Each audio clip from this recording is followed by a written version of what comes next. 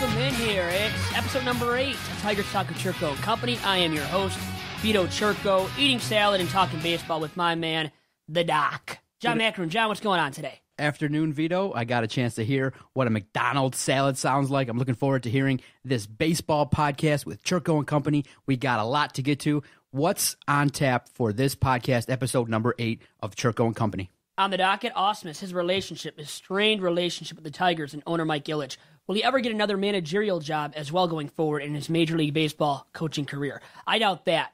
We'll talk about that as well, Doc, on this edition of the podcast. Now, episode number 8, once again, as you said earlier, and I did. Projecting also how many wins for the Tigers going forward. At 64 or 65 right now, 13 games below, I believe, 500. Can they get closer to that 500 mark, or will they actually fall further away from that 500 mark? We'll talk about that as well in today's podcast. And then JD Martinez, the best Martinez in the lineup on the Tigers roster this year. Can he hit 40 home runs? Will he reach that threshold? Get closer and closer? We'll talk about that. Over, under 40. Big total there to get. We'll talk about it later on today's edition as well. And then also Victor Martinez. Is he washed up at the advanced age for a baseball player of 37 years old? Is he? We'll talk about that as well later on in today's edition of the podcast. Once again, episode number 8 of Tigers Talk with Chirco and Co. And leading off, though, first and foremost, is Brad Ausmus. And the job he's done this year is poor. Very subpar. And now he's on the way out, it sounds like. Not only as Jeff Moss of the Detroit Sports Rag reported it, but now Bernie Smilovitz. He was a guy that came out with this report saying that he is out of Motown, Brad Ausmus. I think rightfully so, Doc. No doubt about that. No denying it, no debating it either. So we're going to move past that part of it, I think, just to look at his strained relationship and how bad it really is for him right now, Doc. It looks utterly bad for him. Did you hear about the photo, the team photo, what happened with that? He saw Mike Ilitch. He was there for the photo. People didn't think, he might show up. Well, he did show up. He's maybe more involved than last year, maybe more involved than 2 years ago. He was there, and I guess they had a chat. It didn't go too well either, because Ausmus said, sorry, I do not want to discuss this right now, in so many words. So that tells me right there, Ilitch told him, you're out at the end of the year. And you can leave now, I heard, is what he told him, or we're going to fire you no matter what when the season ends. So you get the choice. Do you want to leave right now on your own merit, on your own rights, and, kind of fill out your own walking papers right now prematurely, or do it at the end of the season when I'm going to do it for you directly? So we know the relationship is very strained right now, Doc. Yeah, I'm sitting watching football, waiting for, just to see how the game progresses and everything goes on. It was actually opening game Thursday, Pittsburgh versus New England. You're watching a decent game. Rob Gronkowski was just dominant. And all of a sudden, boom, a quick little hitter. Bernie Smilovitz peeks in and goes, breaking news. We got an exclusive. Stay tuned after the game. Real fast. And it was like, wait a minute, did I just hear that? And so now it dragged on, and people were waiting like, did it happen? And then, everyone was kind of wondering what was going on. And it really was a good teaser in that most people probably did stick around to watch Channel 4 to hear what was happening. And of course, the news was not really too surprising in that Brad Ausmus is likely to be gone. And looking at it, though, as a whole, it's very interesting to look at in that now you kind of know that, quote-unquote, sources within the Tigers organization are talking to the media and talking to people who have big followings out there in order to potentially smear Brad Ausmus, to embarrass him. And it's really interesting to look at in that the last 2 big-name guys in the organization, Dave Dombrowski, former general manager, and now Brad Ausmus, have kind of been put through the ringer and kind of been besmirched and embarrassed publicly by the Tigers organization. And it's kind of taken the luster off of the thoughts about Mike Ilitch and how he treats people, because the Tigers were once known as an organization that held respect and treated people very well. And now the way they've handled these last 2 situations with brooming out Dave Dombrowski that fast, and now the way they've kind of talked behind, someone inside the Tigers organization is getting out information in order to make Brad Ausmus look bad. And it's really put him in a tough spot. Yeah, those Tigers faithful, the brass, the front office right now is turning their backs on Brad Ausmus big time, talking behind his back, stabbing him in the back, doing everything to him to really smear his name and make him look bad and like the fall guy for this year's struggles. And it's been a bad year, but does he deserve all this bad negative media attention, negative attention that really the clubhouse hasn't done anything to get rid of, right? I mean, he hasn't put out the fire. They could have easily quenched the fire or put it out, right? Could have easily extinguish that fire. Have they done that to this point? No. Will they do that going forward before the end of the season? No. And I could see him being fired right after the season ends, the day after, 2 days after, maybe even during that playoff first round. It could really be that quick, I think, that quick of a turnaround where they fire Ausmus at the end of the season, 2 days, 3 days maybe after the fact. So that'll be something to watch out for as well. And Ilitch, his handling now of these guys in the front office, first Dombrowski on his team, handling Dombrowski like he did, horribly wrong, right? Getting rid of his GM, loyal GM, great GM, the best GM that he's ever had under his ownership of the Tigers. And he got rid of him just like it was nothing.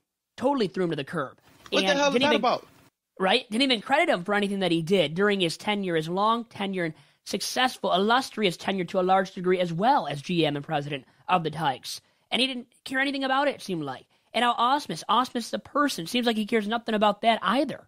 Brad Ausmus has to be looked at and be respected a little bit more because obviously he hears the rumors. He's asked about it almost immediately, like, hey, how do you feel? You're going to be fired at the end of the year. And he's like, what? I'm trying to run the club. But, in terms of what you said earlier, in terms of giving him the option to resign, when you have a contract, if you quit, there's a ramification. So it's in Brad Ausmus' interest to be fired because he'll get the remainder of his money because he signed a 3-year deal and he has a contract for the 2016 season. Yep. So if he's fired, he'll get that money, or if he takes another job, then he'll be in good shape. But for him to weather the storm and to be that professional and to stick with it, you got to give him credit because how tough would it be to walk into a clubhouse when everyone knows your situation, and likely Brad Ausmus knows that he's going to be let go at the end of the year. To maintain that professionalism and to just, toe the company line, he said, I'll help the Tigers as long as they want me. And how awkward is that? Al Avila was instrumental in bringing him here. He wasn't, he was there in the front office with Dave Dombrowski when the decision was made. And Al Avila has stuck to his guns and said, I'm going to evaluate this further at the end of the season. Likely when that meeting happens, you got to say that this season is a monumental disaster. The Tigers right now have really kind of hit a point where the season's lost. Rock bottom. They're at rock bottom right now, and Ausmus really has taken it on the chin, taken all the hits, all the blows, walking on eggshells in the clubhouse, in the locker room, and like it's no big deal. And you have to respect him for that fact that he's been the consummate professional, the ultimate professional, as you said in the Periscope before the show and during this show so far. So John. Knowing that potentially the Tigers have lost a bunch of money in payroll and salary, that Brad Ausmus has now led the team this last 2 years, and it hasn't been successful. What are your thoughts about how Ilitch has handled this? I mean, knowing that potentially he didn't want Brad Ausmus to be the manager and being that upset with Dave Dombrowski, he basically is going to broom them both out in a span of 3 months. You think he could have handled it differently, or you think maybe the fact that he's a passionate man and is like kind of sounding like a little bit of a fan, just kind of throwing it out there, throwing out whatever's on his mind, throwing his garbage out there, right? Just extending it to the fan base. I'm really shocked that he's handled it this way. There's no one, I don't think, out there across Major League Baseball that's agreed with him, but he's the owner of the team. That's how he's choosing to handle it. He's a passionate fan, always been a baseball fan, lifelong Tigers fan, wanted to play for the Tigers, tried out for the Tigers, never made the cut, and this team loves the city, gives so much to the city, and I think he gets the benefit of the doubt because of his age, 86, 87 now, advanced age, and also because he loves the city, has donated so much money, put so much money, invested so much time and money into the city, that I think he gets a pass at times from guys, from fans, from people in the city who have seen all this go down, right, with Ilitch, what he's done, not handling himself the most professionally, right, in the most professional manner at times with firing Dombrowski mid-season. Ausmus telling him that he could resign or he's going to get fired no matter what, and just letting him stay on the job while everybody knows he's out at the end of the season. Couldn't he have just done him maybe some proper dues here and gotten rid of him already, too? How about that fact, maybe, where he could have just gotten rid of him and forgotten about all this negative attention towards Ausmus that's been brought to the attention of the Tigers. I mean, it's constantly out there now. The media will spin it and swirl it around and around. And it's the same thing in the media cycle, 24/7. Every day of the week, it's Ausmus being done at the end of the season. So wouldn't you have maybe done him a solid by firing him already almost? Even though you brought up, he's not going to get all of his money if he's fired before the end of the season. And they're kind of doing him something proper here by letting him manage the rest of the way. But when you know that your job is done, that you're out of town at the end of the season, wouldn't you want to get your papers, maybe your walking papers before the end and just get out of here instead of dealing with all that negative media attention and the blame that's getting placed upon his shoulders and all just the negative talk about him being the fall guy? When this could have already been resolved a long time ago when Ilitch, remember, wanted to fire him as soon as after the All-Star break. So as far back as that, he wanted him gone. But now he's not going to fire him, but he could have. He had his chances. I think he should have done it. So what I'm hearing is, according to Vito, in your opinion, Ilitch hasn't handled this right. No. And once he decided to let go of Dave Dombrowski, I think it should have been a combo deal. Yeah. Just move along with both of them and just say, listen, it was a situation that didn't work out. We had big, lofty expectations. It's time to move on. The 2016 season starts now, and we're moving on, and maybe put in Omar Vizquel or someone on an interim basis to just get through the season and start the process of reevaluating. Because really, in all honesty, what's these last 20 games going to do for anybody? Nothing. What is there to lose right now, right? Nothing right now. There's nothing to lose for this organization, for anybody on this team. They have nothing to win, nothing to achieve the rest of the way. They're building, trying to get something going, momentum maybe for next year, but that's it. This is extended spring training, as I've said numerous times now in this podcast. So for me, if you know your manager is not going to be the same guy as the guy or as your team going into 2016, if you know that guy's not going to be there in 2016, well, you get rid of him now. You could have doubled your money, right? You could have killed two birds with one stone when they fired Dombrowski, as you said, John. They should have just done it then, wiped the slate clean, wiped their hands clean, and gotten rid of Ausmus and Dombrowski at the same time to avoid all this dilemma, all this turmoil, all this controversy now surrounding the clubhouse, and having Ausmus suffer, endure through all this pain, all this media attention, negative publicity could have been gone already. And when you're building for 2016, you know this guy isn't going to be the guy manning the ship that can sustain all the lofty expectations that maybe your club will have going into next year when you want to contend, if you make the right moves, when you will be willing to contend. If you already knew this guy wasn't the guy for that team in 2016, should have already gotten rid of him. If you knew, hey, he couldn't handle it going into next year to be able to have success next year, this guy isn't the right guy, well then you cut your ties prematurely then. If you know that, and if you're building for 2016, and really, if what you're getting out of this season now is extended spring training, well then this isn't the guy that you want in spring training in 2016, so don't let him be able to coach an extended spring training, as I like to call it. Should have gotten rid of him. In so many words, to sum it up, should have gotten rid of him so many weeks ago, a month or two ago. When they fired Dombrowski, should have also done the same and canned Ausmus. That's my opinion on the matter. And that's where I think Ilitch has really handled himself poorly as the owner of this ball club.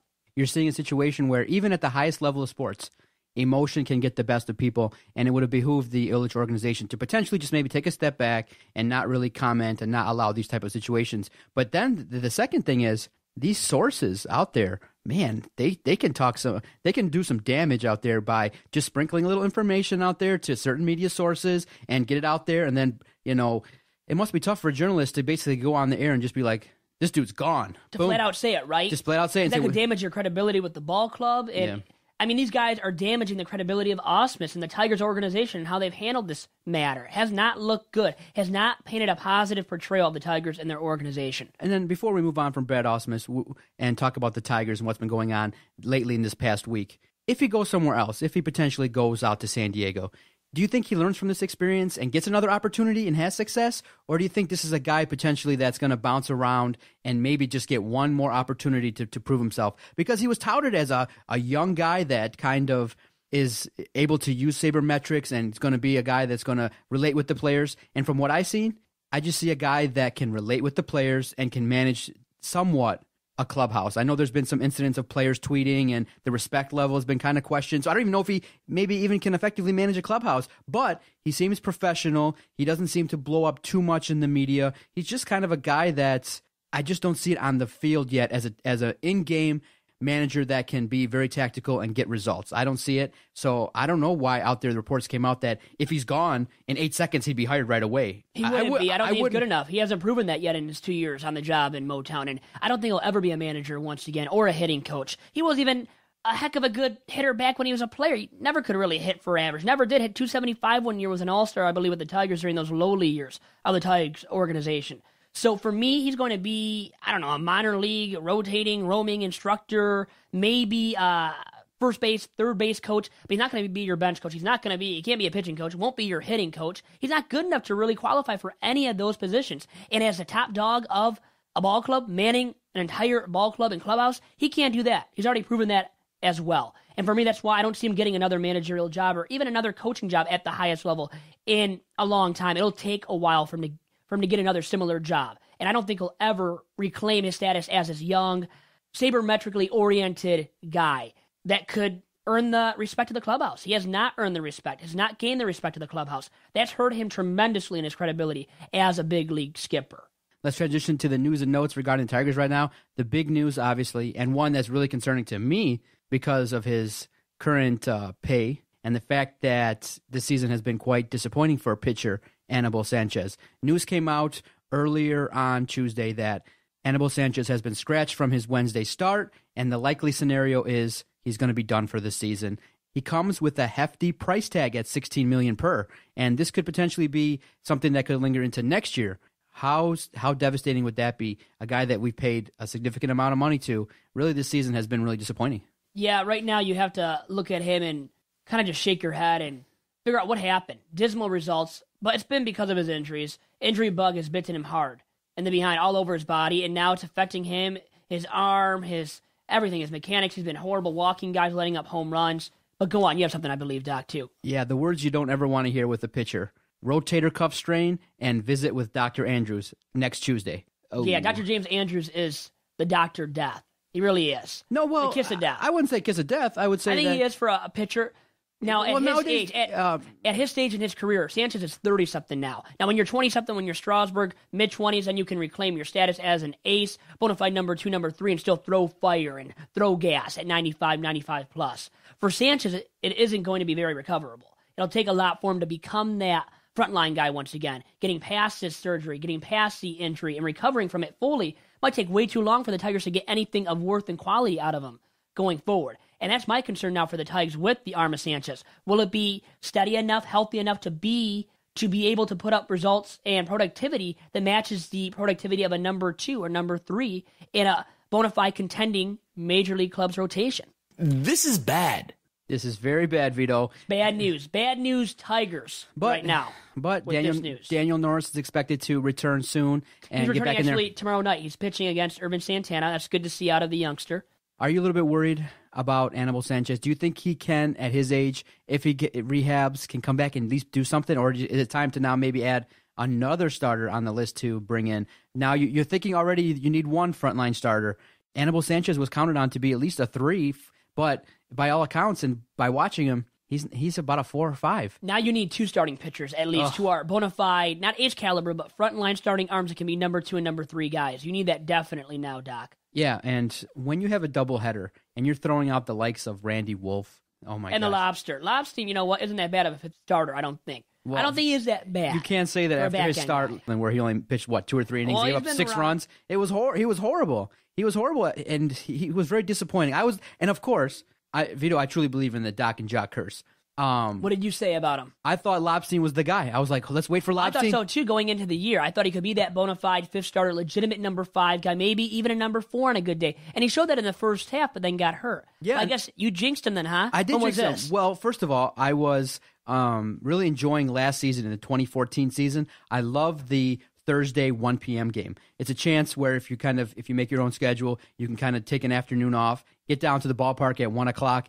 Get down there for 2.5 hours, watch a game, and it was Derek Jeter's last homestand at Comerica Park. That's why you truly went, though, right? Well, of course. As a baseball fan. So I'm like, okay, who's the starting pitcher? It's Kyle Lobstein. And I'm like sitting in the upper deck outfield, just kind of relaxing, having some peanuts, having some beer, some peanuts that I snuck in from the outside. The dollar. Good for you. I'm not paying, sorry, Tigers. The top price, right? I'm not paying $5 for a bag of peanuts. I buy it from the vendors outside. $1, sneak it in your big pockets. You sit down, you bust them open with some beers, and you sit and watch. And Kyle Lobstein literally shut down the Yankees in his start. It was a great performance, and I was like, this is a guy that can come in. It was one of his early starts, and I thought he could come in, be effective as a left-hander. He could mix his speeds a little bit. Then you have higher expectations. This year, fall flat on his face. He got hurt, and now he's been put back in, and he just got bombed his last outing. I don't think he's ready. I think he's pitching prematurely. He's probably not even fully ready to pitch again in the majors. But they need arms. They have to force guys to start now. And we can talk about that. And we can talk about that. And Adam has said that on the Doc and Jock podcast.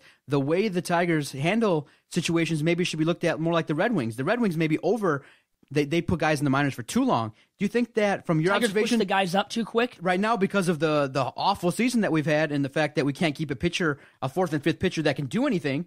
How many 15-0 games or 15-3 games can we sustain?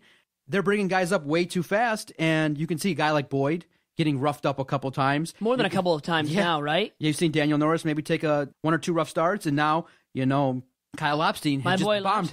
So I think it's time to relook at things when Al Avila goes into his next season. Well, they totally have to reevaluate the whole entire pitching staff. Not only the rotation of the pen, but it's 1 through 5, and then the bullpen, it's long relief, middle innings, lefty specialist, setup man, and ninth inning guy. They need everything refilled to fill these voids that have been left vacant for way too long. And the team needs a revamp, a complete overhaul. And this is the definition of a reboot, and a major reboot at that. They got to add a bunch of arms, a few lefties for the pen, a few frontline starting arms, maybe even a back-end guy, because can you trust Lopstein, who I've loved for a long time, but he has been rocked of late. I've got to admit that. And boy, is he going to be ready. He was forced in the majors big time. Norris, I don't think as much, and that now goes into our next topic here. Norris is starting against the Twinkies now tomorrow night, back from the DL for the first time as starting for the Tigers for the first time since August. I believe early to mid-August. So he's back now on the mound against the Twins tomorrow night in Minnesota. So for the podcast listeners, is that Wednesday night when this comes out, or That'll be Thursday? After Wednesday night, correct. Because right now we're talking about Tuesday and Wednesday. So Tuesday night starter is Simon, who I think is a legitimate fifth starter at times. He at least won't allow 15 runs. We know that because Lopstein might do it, Boyd might do it, Kyle Ryan might do it. Buck Farmer, legitimately is a guy that allows, 5 to 10 runs a game. We've seen that already out of him. He might be a long reliever at best. But Simon is more than a long reliever. I think he could be a legitimate number 5 starter on the right team. On this team, it's not going to matter. But on another team where you need some innings out of a guy, I think Simon is that answer. I think he can fill that void at the back end. Vito, I love doing this podcast and surfing the news while you're talking because you're a great baseball mind. I know your passion. But I've solved the pitching riddle for the Tigers right now. I didn't know this because I'm not as in tune with the minor league situation. But I'm scrolling through the news, and it's about, the season. It's about VMAR talking about a little bit, how the season's going to be a learning situation. And then I come across this headline. How in the hell was Mike Maroth the pitching coach in the minors? And look at this big, bold headline. And I'm excited now because I'm like, I remember watching Maroth blow back in the day when those Tigers were sucking and they were losing. He got bombed. He lost 19 games in 2003, I believe it was. He is horrible, Mike. Here's the headline from Lynn Henning from the Detroit News. Sorry, your competitor. But Mike Maroth will not be back as Mudhead's pitching coach. Seriously? Mike Maroth was the guy in charge of the pitchers? Seriously? Now you know what was wrong, right? Legitimately, you know what was wrong. Was Mike Maroth leading the pitching staff as that coach? Mike Maroth, come on, Vito. I'm like, looking at, when I came across the headline, I'm like, you got to be kidding me. How is that you guy? Hire him, right? How's that guy Mike qualified? Maroth, of any guys out there that you could hire to be the pitching coach. A.J. Sager has been the pitching coach in the past. Other guys have been. And then you hire Mike Maroth. Well, he didn't last. He's not going to last past. I believe it was 1 year on the job for him in Toledo with the Mudhens. He couldn't cut the mustard seed back in the day when the Tigers were horrible. And when they even got good a little bit, he was in the rotation still in 2006 for some of that season. Injury prone, was never a lights-out guy, never had that flame-throwing ability, and never was that great of a starting pitcher. Maybe was an Alfredo Simon who could give you some innings. But he lost, I think, 19 games in the process in 2003 during that 119-loss season for the Tigers. And now he's gone. And you know what? It shows the Tigers, Doc, are revamping every single facet of their organization, from down on the farm to at the big league level. They're getting rid of everybody, all the damaged goods, all the wasted talent, and guys that just don't belong. They're all going out the door, front door, back door. And maybe even before the end of the season, as we've seen with some moves made by the Tigers and their organization. First, Dave D. Now a guy like this, Mike Maroth, being forced out of AAA, where he was the pitching coach of the Mudhens. Will he ever get another job? These guys can always make it as minor leaguers, I'll say that. Maybe he can be a minor league coach. Or maybe he can still pitch an independent ball or be a coach over there. Ausmus, same thing. But I feel bad, Vito. I feel like I'm being a... What a dick. Well, maybe. But a lot of these guys were wasted guys. They didn't really belong in the roles that they got, Maroth, Ausmus, and now they're learning it the hard way by being forced out of their respective positions. What a dick. You're not being that big of a D-I-C-K, as in a dick. I'll say it. We can say that, right? Oh, my God. 19 losses. I remember all the times he'd go up there. Dude was like Kenny Rogers... super light. Kenny Rogers light. I was going to say that, definitely. Kenny Rogers, super light. I mean, the guy had a little bit of potential. He could get guys out. He was very a wily veteran, but oh my God, when he was horrible, you get similar to what these guys do. He got bombed. He was still better than Buck Farmer, okay? Ooh. Than the Farmer, he was still better, even on his worst day. And he lost 19 games, as we've already expressed. So for me, Maroth, sorry to see him Yeah, go out this way. I still like the guy for who he was as a person, who he is as a person. It was never great pitching. I guess he wasn't a great pitching coach now either, and we don't want to make fun of him for that. But I guess he couldn't achieve it in either facet, in either way that's possible out there for these guys that love the game of baseball. You at least want a pitching coach that has somewhat of success. Like, okay, I can see AJ JV. Sager, when he was a pitching coach, had some success at one point. I can see JV going down there and being part of the organization, or a guy that could at least, teach these guys that, how to get guys out, how to win consistently. How to win. How to get 16 wins in a year. Right? How to, manage guys that can actually throw. But those guys don't always turn out to be the best pitching coaches or coaches, period, either. Jim Leland, great manager, horrible player. How about all the guys that we can name off that were horrible players? Sparky Anderson, right? Yeah, was never a great player either. Actually leads me to a question, and sorry I'm going all over the place, but You're going all over the place. Yeah, but we'll keep up here. I love the flow of the conversation. Yeah. You can just shut me up anytime you want. The stuff just comes right to me. What do you think about Jeff Jones? This is a guy that's been in and out of the organization, that he's highly respected, and he's a name that kind of people in the water coolers talk. Because Vito, I'm on Twitter 24/7. Basically, you see it all. I try. Basically, all my work. Out there. My work is literally time away from me on Twitter, and I peek in on some conversations that people have. And one of the conversations that kind of is talked about is, why is Jeff Jones here? Maybe he could have been a fall guy back earlier in the season. I know it's not all his fault, but your thoughts about Jeff Jones? Is he effective? Should he be retained if a new how do you even judge or evaluate whether or not a hitting coach or pitching coach really is truly effective? I don't know how to judge that, though. I couldn't tell you right now if he's doing the right job, doing the right things to get this pitching staff going forward, rectified, righted, to right the ship and all that. I don't know if you can really judge a guy based off of him being a coach and the pitching staff and the quality of the pitchers, the productivity of the pitchers.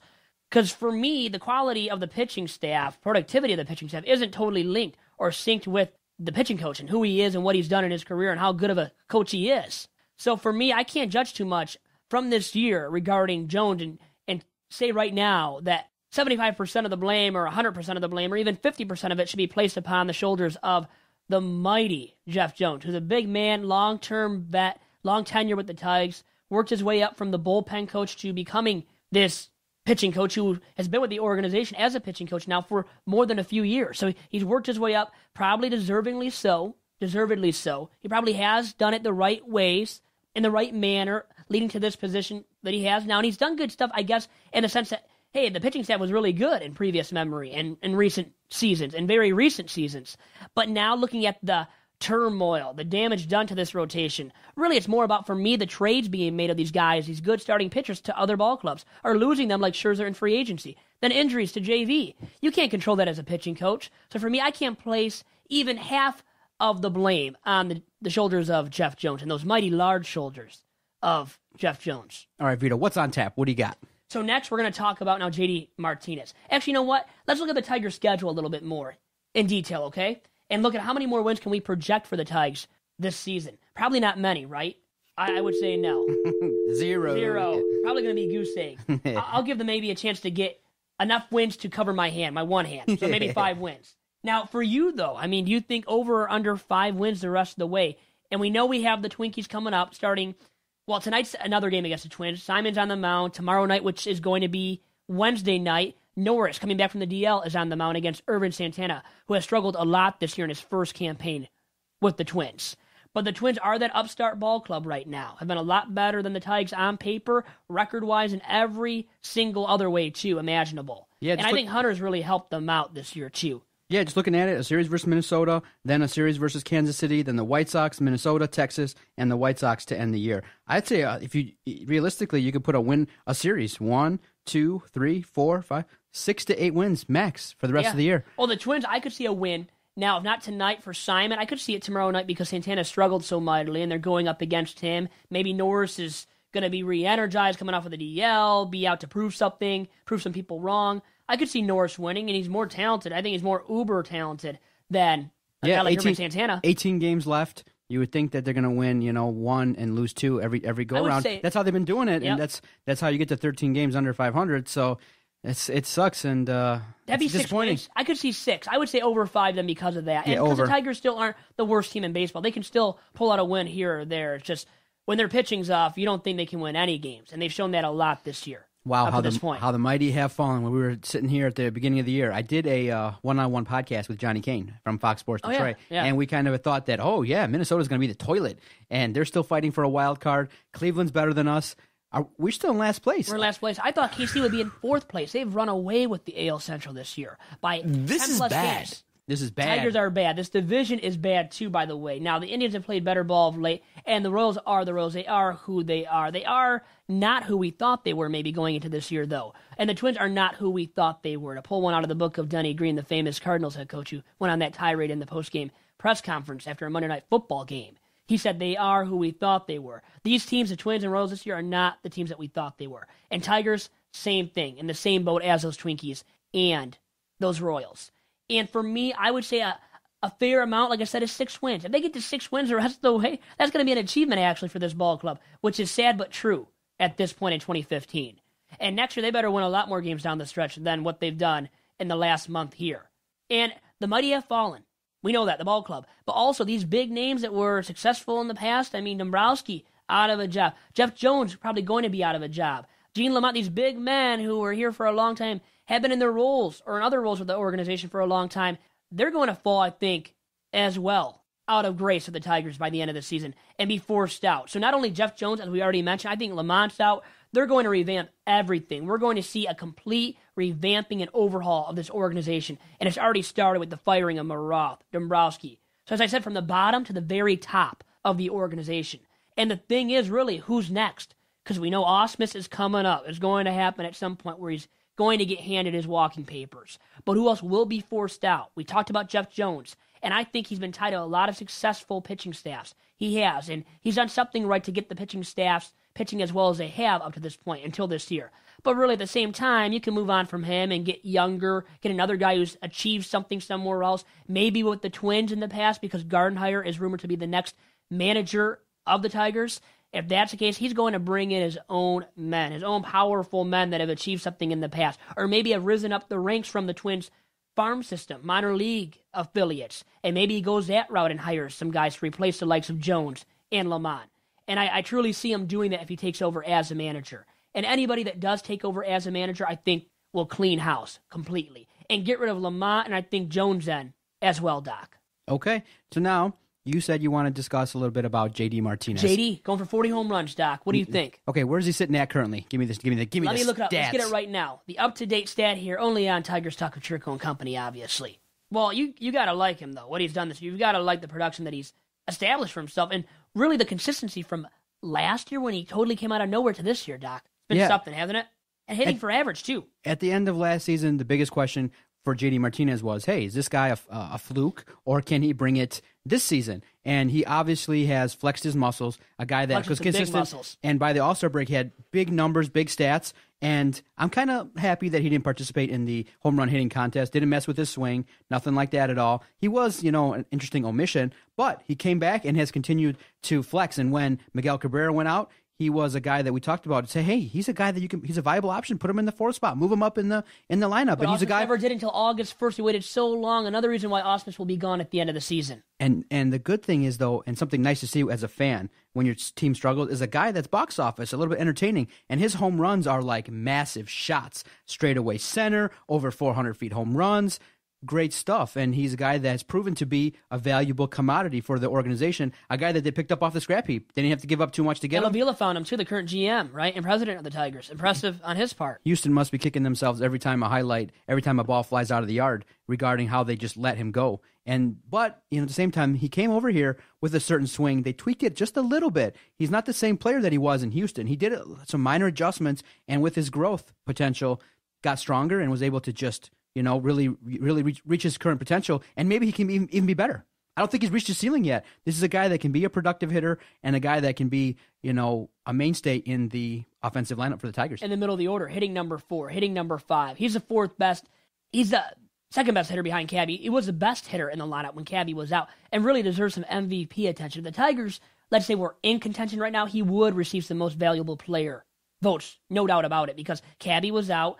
V-Mart's been horrible. So really hitting in that 4th slot is where he should have been hitting all season long with V-Mart struggling and when V-Mart was out on the DL. And Ausmus waited, was so stubborn, he had to wait until August 1st, I believe it was, to insert him into that 4th spot in the lineup, hitting behind Cabby. He should have been doing that a long time ago. And JD still put up huge production. He's shredded. He's been showing it. And 36 balls have flown out of stadiums in the majors because of him being shredded, maintaining that consistency from year one with the Tigers, and from learning from the best in Miguel Cabrera and Vimar. He truly has learned from the best and has carried over their production to his own game. And now he's showing it, flexing those huge, super powered, super intense muscles. And he's got some super game, hitting for average 2 and big-time power production with 36 right now.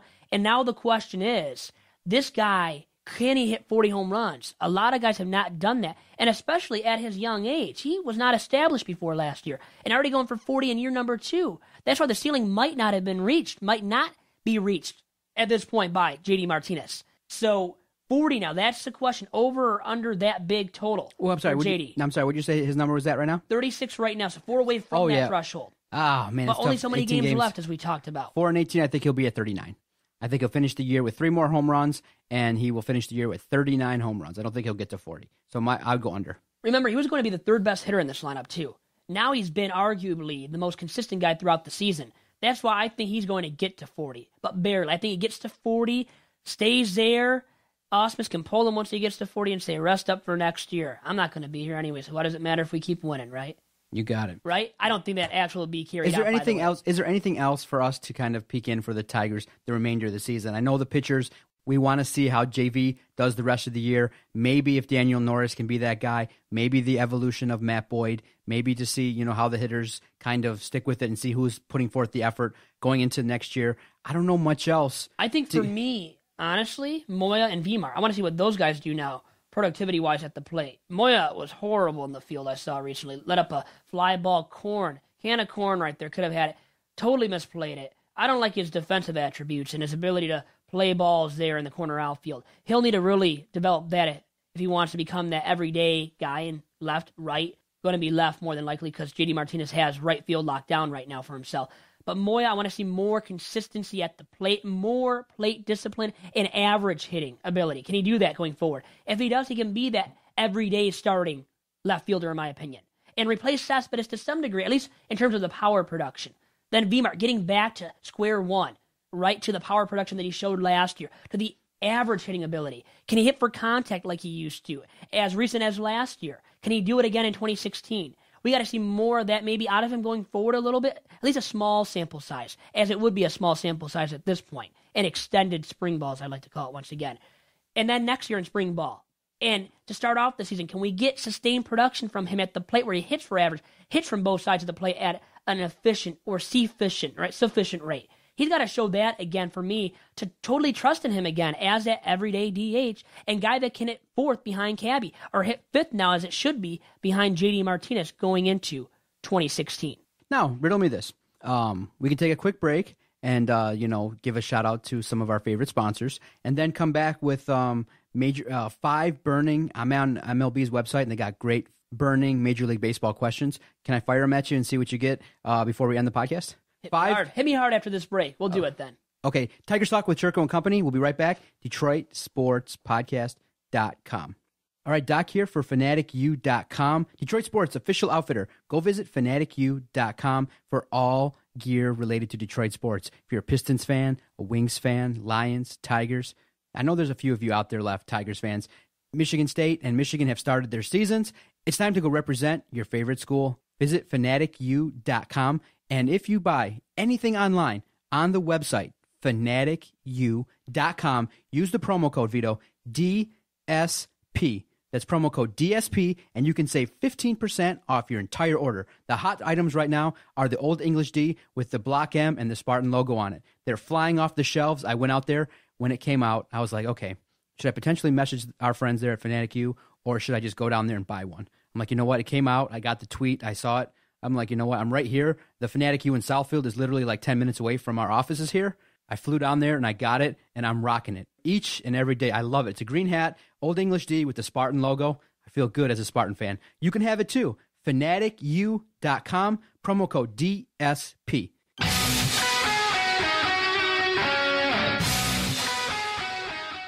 And welcome back to Tiger Talk with Chirco and Company alongside my new sidekick and partner in crime, Mr. John Macron, the Doc from Doc and Jock. Doc, what do you have for me today in the hottest Major League Baseball topics?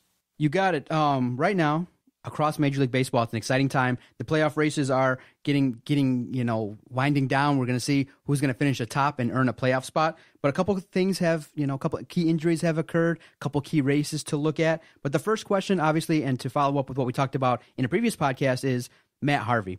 Obviously, came out and kind of said that, hey, I might be at my pitch limit, but this month of September, he's kind of struggled. He might need to be sat down. He's given up 11 runs on 17 hits in 11 2/3 innings in the month of September. Do you think he's got anything left? Sit him down. They should have. They should be skipping his starts right now. They're going to make it in anyways. They're much better, far ahead of the Nats right now. The Nats are struggling. They're really at the bottom that they can be. They've really hit rock bottom for themselves as an organization that wanted to contend, was a good team in the first half. They have hit rock bottom, the definition of it. And for me, that's why the Mets should sit or skip a start or two for Harvey, pitch him one more time in the regular season, then save him up, rest him up for the playoffs. The biggest part of the season that you have to focus on now and look ahead to. And yes, you can look ahead to that part of the season, to fall, the October portion of your campaign. For the Mets, it's been a long time since they've made October. And if they want to have a true legitimate shot at making it all the way to the Fall Classic, they need their boy, the Dark Knight, pitching strong every fifth day in the postseason. That's why sit him down, skip him for a start or two, rest him up for the postseason, so he can shine when it counts the most then for the Metropolitans. That's my take on it. How about you, Doc? Yeah, I like the Mets. I like what they're doing. I like, guys with arm injuries, you have to be very mindful. So I'm always of the opinion, hey, if maybe he was saying I need to be shut down, he maybe was foreshadowing a little bit that, hey, I might not be, my arm strength might not be where it needs to be. So if his numbers continue, you shut him down, because not only is it a perception thing, but hey, if he's not effective, I know the Mets are in a playoff race and they're getting close to winning the division. But if he's not effective, I would consider maybe giving him a rest or two, like you said. And maybe he knew something about his own arm, right? His own capabilities, his own chance to be productive. He is a guy that's pitching every fifth day. So listen to him, trust in his opinion, and let him do what he wants to do going forward. That's my take on the matter there in New York. They have to do what their ace wants, I think, going forward. If they want to have him rested up and in great shape, in his most effective form, you got to do what he wants to do going forward. That's my take on that, Doc. Now, Vito, maybe there's a Vito Chirco curse going on. You were blowing up Troy Tulowitzki. All of a sudden, I see on the injury wire, Tulowitzki's hurt, out for a significant period of time there. What are your thoughts about that? Is that something that could potentially derail the Blue Jays? Could be a detrimental blow. It really could be. And Tulo is a guy that I've been raving up for a long time now, but he's had the curse of being injury-prone. Cracked left shoulder blade. Yeah, he was about to. He was this close to having his first injury-free season in 4 years. Cracked shoulder bone. Ouch. That was a rough collision with Kevin Pillar. Oof. I saw that. You know what? Two really good defenders that really go after are very aggressive ball players, and it cost Tulowitzki big time. And the Jays' playoff chances, not as much, but postseason ability to really win and take care of matters in the postseason now. If they make it all the way to October now, win their division or make it as a wild card team, which they will make it as one of the two wild cards, to say the least. They'll do that at least. But without him in the postseason now, they're affected big time. Detrimentally, they are affected by his loss, because you cannot replace his bat in the lineup or his everyday production at shortstop. So for me, defensively and offensively, the Jays are not the same ball club anymore. It won't be in October now, and that's a shame, because they had it going. They were riding him strong, and they were going so strong as a ball club. And now without him, it's like something's being taken away from their sail, right? Their boat's no longer totally above water. Now it's treading water. Now they're just good enough. And for me, their pitching even has to be better now, and their other bats have to be consistent now, as much as Tulo was before, and even more than these bats were. So they really have to pick it up. Edwin Encarnacion. I mean, he's one of the guys that's been great. But Encarnacion has to be as good now, if not better, going forward. Jose Bautista. Also, Donaldson's been the MVP of the American League. He has to be even more of an American League MVP-like player the rest of the way in that lineup for the Jays. If they want to truly now contend in October and beat those big boys of the American League. That's my take. Speaking of the American League, I hate talking about teams that we thought we were better than, but the Cleveland Indians, we just had a series versus them. They beat us 2-1. But they've won now, winners of 16 of 20, the last 23 games. They're making a push towards the wild card. Your thoughts on them? Are you a serious contender? Since the arrivals of shortstop Francisco Lindor and third baseman Giovanni Urshela, they've played pretty well. They've gotten some production from, from guys that you wouldn't think, from Abraham Almonte, Lonnie Chisenhall.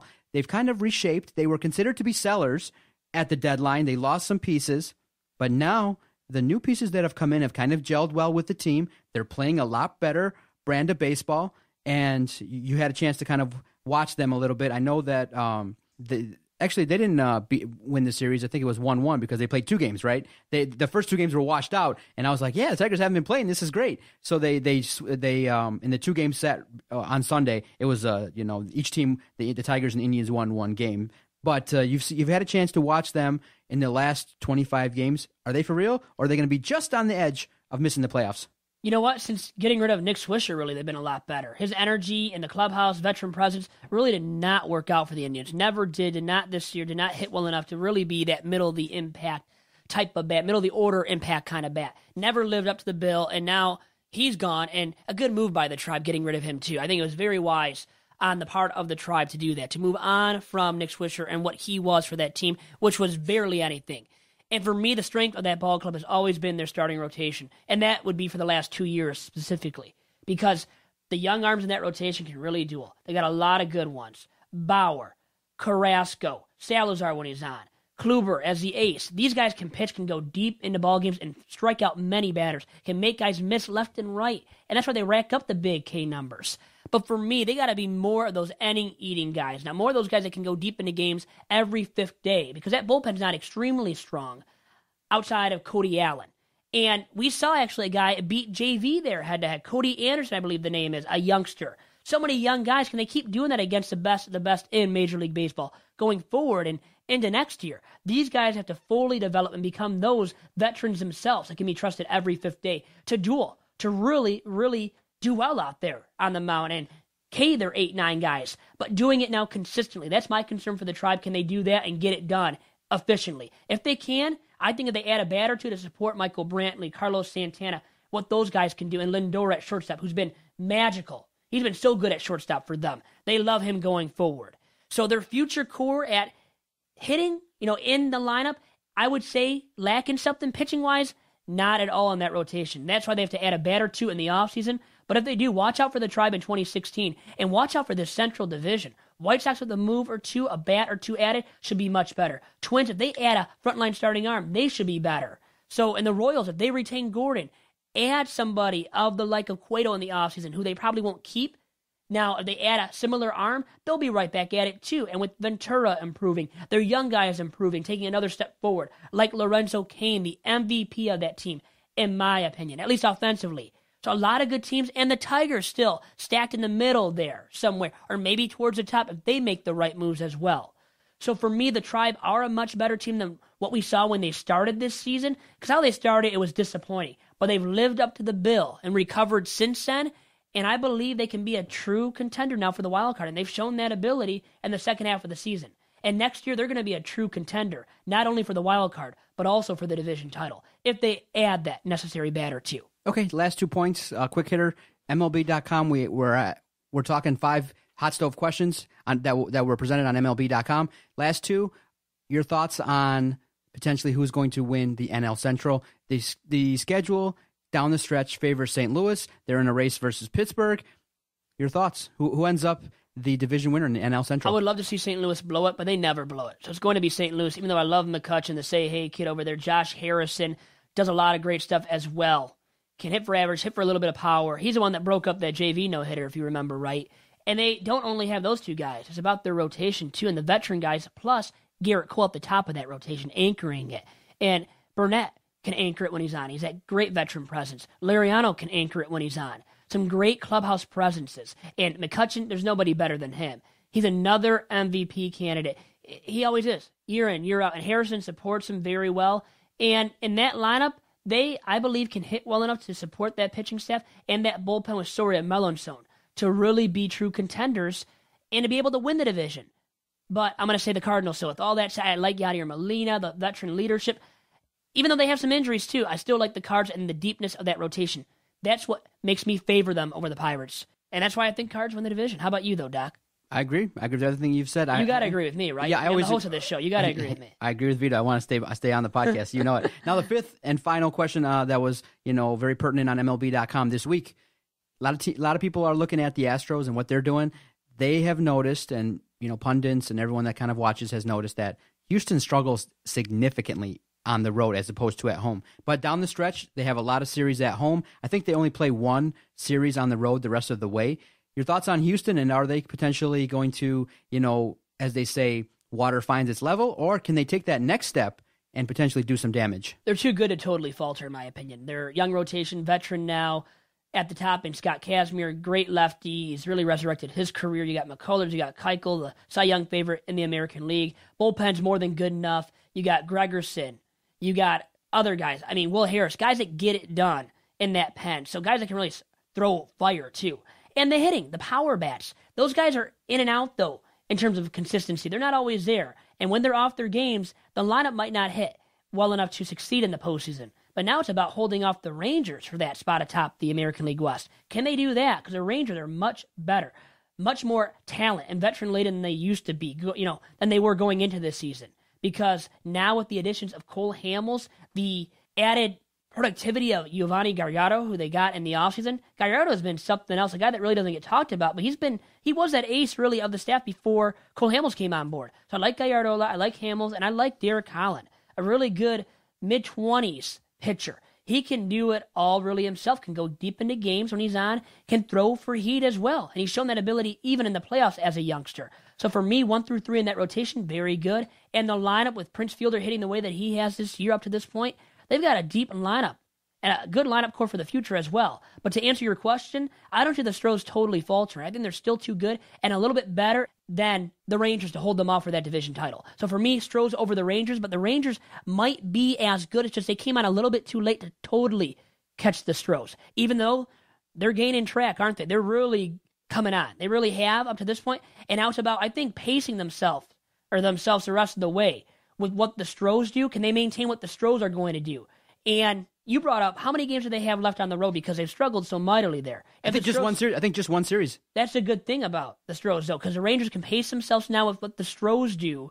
And I think the Stros, though, with that being said, because they're not on the road going forward and because they're younger, they can play at home and win some more games and rack up enough W's to hold off the Rangers. And that's my take on that matter right there. That's why I think even the Rangers pacing themselves, it won't be enough. And I think, like I said, a little bit too late from the Rangers. How they've come on of late, a little bit too late, though, to actually catapult the Stros in the AL West. You see, Vito, sitting down with you, chatting, we've already blown through almost an hour talking Isn't baseball. that something? Just a little bit of Tigers and just a little bit of Major League hot stove issues, and we're almost at the end of the show. Anything else that's been on your mind in baseball or that you want to share before we wrap this bad boy up? V-Mart hitting next year. Will he do so? We talked about it, or I did a little bit touching on it, and his struggles this year. I believe a 275 weighted on base average, 197 since the All-Star break, as we talked about in the Periscope before the show started. Can he hit good enough next year to be that permanent DH in that lineup? Okay, well, what do you think? Yeah, I think we're going to continue to watch him as he, finishes out the season, how he's going to do. I do think that what we have to kind of hope for is that he tailors his off-season workout program to not get hurt. Because the last couple injuries have occurred in the off-season, which has been really kind of weird in terms of, hey, you're not getting hurt in-game, in-season. He hasn't broken down, but off-season, maybe he's overdoing it. He needs to maybe tailor a little bit to extend his career a little bit.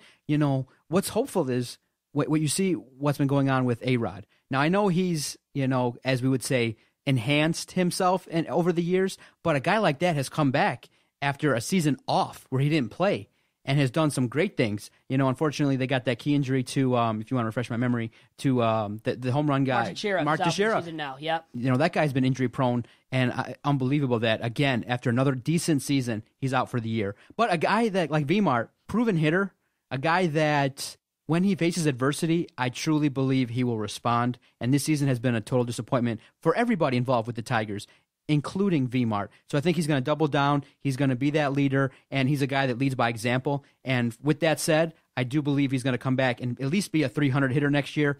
Power numbers may be down, but if you can get him between 15 and 18 home runs, 80 to 100 RBIs, a guy that can get on base for set the table for JD and the guys lower in the lineup, I'll be satisfied with that. I'll take 75 RBIs and 275 for his batting average. Vito. I see his power being so down. I think it's going to be tremendously raise your expectations, down. Vito. So my expectations are not major for V-Mart next year. But I do still think he's a good veteran clubhouse presence, a guy that can hit number 5, number 6 maybe next year in the order, instead of number 5 or number 4 like he had all season long up until August.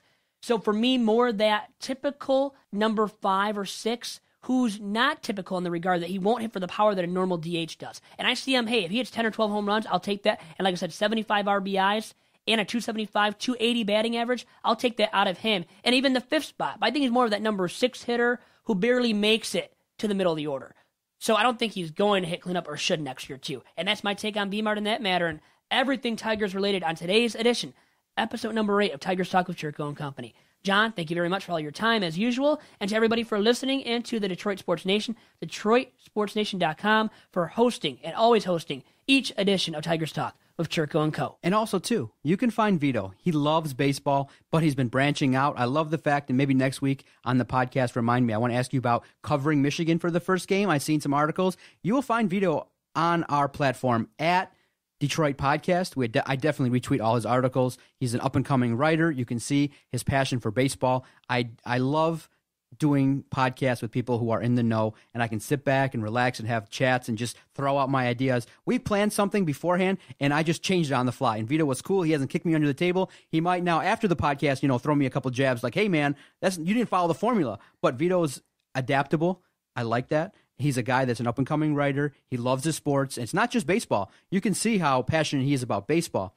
But check out his work, Vito Jerome on Twitter, and you can follow him. He'll answer all your baseball questions. He definitely posts on our platform at Detroit Podcast. Download this Tigers Talk podcast and show him support so we can keep doing it. Download the podcast every single Wednesday, DetroitSportsPodcast.com. Each and every Wednesday throughout the baseball season, and then when probably in the off season to give Vito a break from the dock, because I know he's probably like, what the hell's going on with this guy? He'll do them every other week or so, giving you all the updates on the Major League hot stove issues in the off season. But Vito, you've done a great job, man. I've loved the podcast. 8 down, they're all strong, and the mark of a good podcast is we sit down and I blink and an hour's gone by. It really has blown by, hasn't it? It's flown by. Let's just say that. And you know what? 2 more until episode number 10. We're almost there to that astronomical number, monumental number, milestone number. Show Vito support, DetroitSportsPodcast.com. See y'all later.